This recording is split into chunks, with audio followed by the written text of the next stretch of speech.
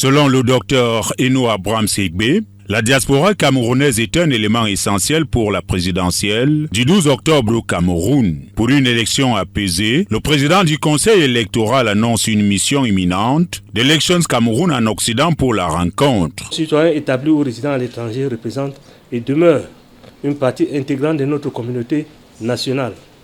Et leur participation au processus démocratique constitue à la fois un droit constitutionnel et une responsabilité patriotique. C'est la raison pour laquelle l'examen et l'adoption des thèmes de référence de notre mission au sein de la diaspora, notamment dans les missions diplomatiques et les postes consulaires du Cameroun à l'étranger, sont inscrits à l'ordre du jour.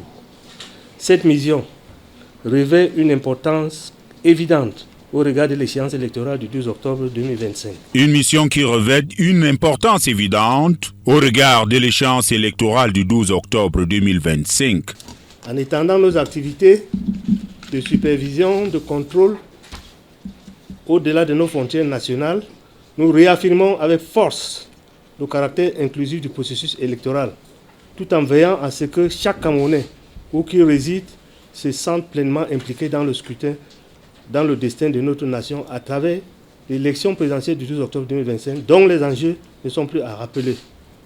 Cette mission auprès de la diaspora n'est donc pas un simple acte de contrôle, mais un message abondant d'unité, d'appartenance républicaine et de cohésion nationale.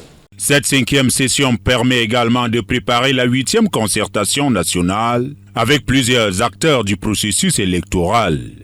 Le thème retenu pour cette édition est, je cite, « Présidentielle 2025, dialogue inclusif pour une participation citoyenne, une élection transparente et apaisée ». Fin de citation. Aussi, la présente session sera-t-elle également consacrée, entre autres priorités, à la préparation et à l'organisation de cette consultation nationale en prélude à l'élection présidentielle du 12 octobre 2025. Ce forum, fidèle à la tradition, constitue, s'il en est encore besoin, un espace de dialogue inclusif et constructif avec les partis politiques, la société civile, les médias, les autorités religieuses, traditionnelles et administratives, afin de renforcer la confiance, la transparence et la participation citoyenne. Une question fidèle à la tradition constitue une espèce de dialogue inclusif et constructif avec toutes les parties prenantes de l'élection présidentielle.